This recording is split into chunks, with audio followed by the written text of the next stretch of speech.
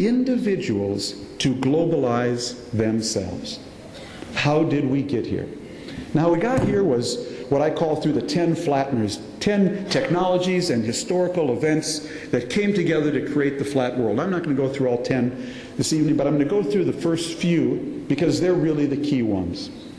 The first flattener was a geopolitical event, and that flattener happened on 11/9.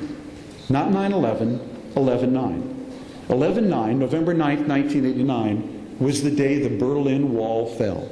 Yes, in a wonderful Kabbalistic accident of dates, the Berlin Wall fell on 11/9. Now, the fall of the Berlin Wall was a hugely important geopolitical flattener because it allowed us to actually introduce the word globalization.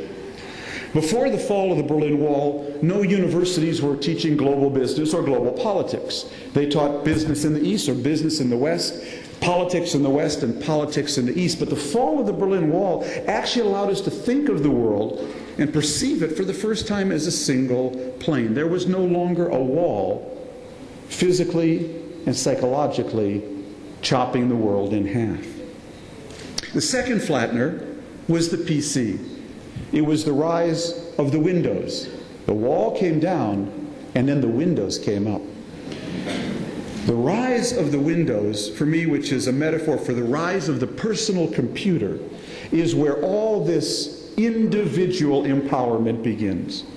Because what the PC enabled was for individuals, for the first time in the history of the world, to become authors of their own content in digital form. I want to repeat that because it sounds like gobbledygook, but it's actually very important. The PC enabled individuals to author their own content in digital form. Now, individuals have been authors of their own content ever since cave women and cave men scratched on cave walls. But with the PC, individuals could author their own content, words, photo, data, video, spreadsheets, algorithms in digital form. And once your content was in digital form, in the form of bits and bytes, it could suddenly be manipulated in so many more ways and sent so many more places. That leads to the third flattener. Third flattener was a date. Another date. This date is 8/9/95, August 9th, 1995. I believe 8/9/95 is one of the most important days in world history. Because on that day, on August 9th, 1995, a small startup company in Mountain View, California, called Netscape, went public. And the world has not and never will be the same again. Why was that? First was because of Netscape's invention. Netscape invented this simple point-and-click device called the browser. Now Internet Explorer and Firefox. This browser, though, suddenly allowed individuals to illustrate on a computer screen in visual form everything locked away in heretofore websites that were only accessed before by scientists and computer experts.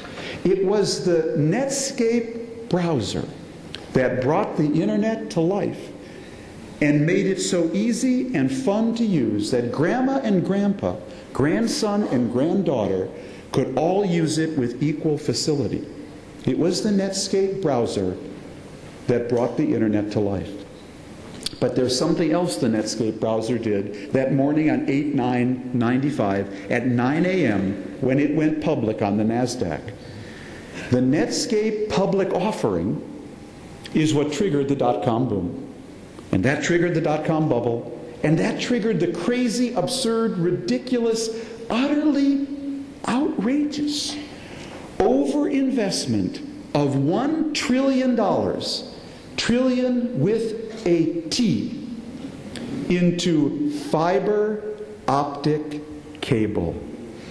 And that crazy, absurd, ridiculous overinvestment into fiber optic cable accidentally, with nobody having planned it, made Beijing, Bangalore, Beersheba, and Bethesda all next-door neighbors.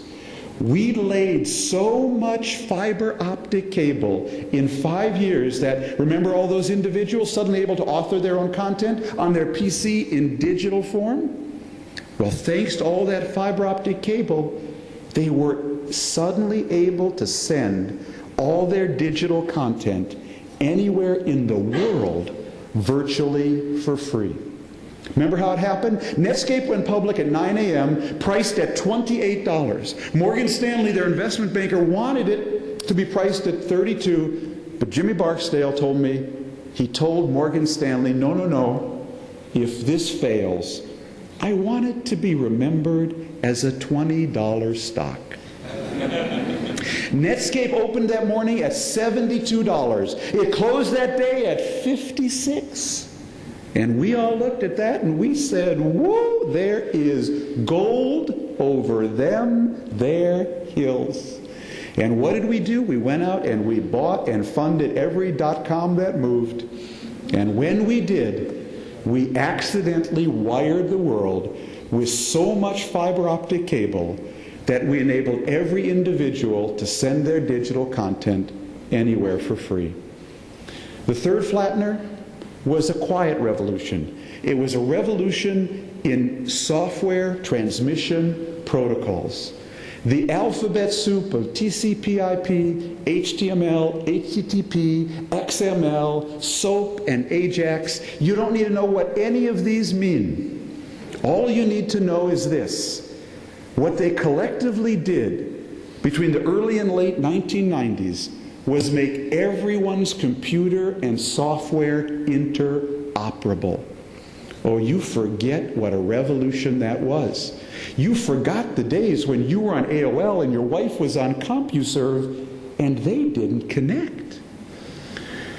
You forget the days of Reut. Reut probably wasn't around then, but if they were, the accounting department of Reut would have gotten rid of its cash register and the abacus they had there, and the membership department would have gotten rid of the big paper files, and they each would have gotten software and computers. The problem is at Reut, like most institutions, the bookkeeping department, and you could collaborate. Now put all three of them together. First, we became authors of our own content in digital form.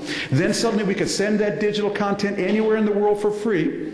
And then we could suddenly collaborate on our digital content with your digital content, no matter where you were sitting. Those three together, those three flatteners, were the genesis moment of the flat world. And what they created was a crude platform for multiple forms of collaboration. And that's what I mean when I say the world is flat. We have created a global web-enabled platform that now allows more people than ever before in the history of the world to plug and play, compete, connect, and collaborate on education, innovation, entertainment, commerce, and also, unfortunately, terrorism, because we gave the terrorists a free command and control system. That's what I mean when I say the world is flat.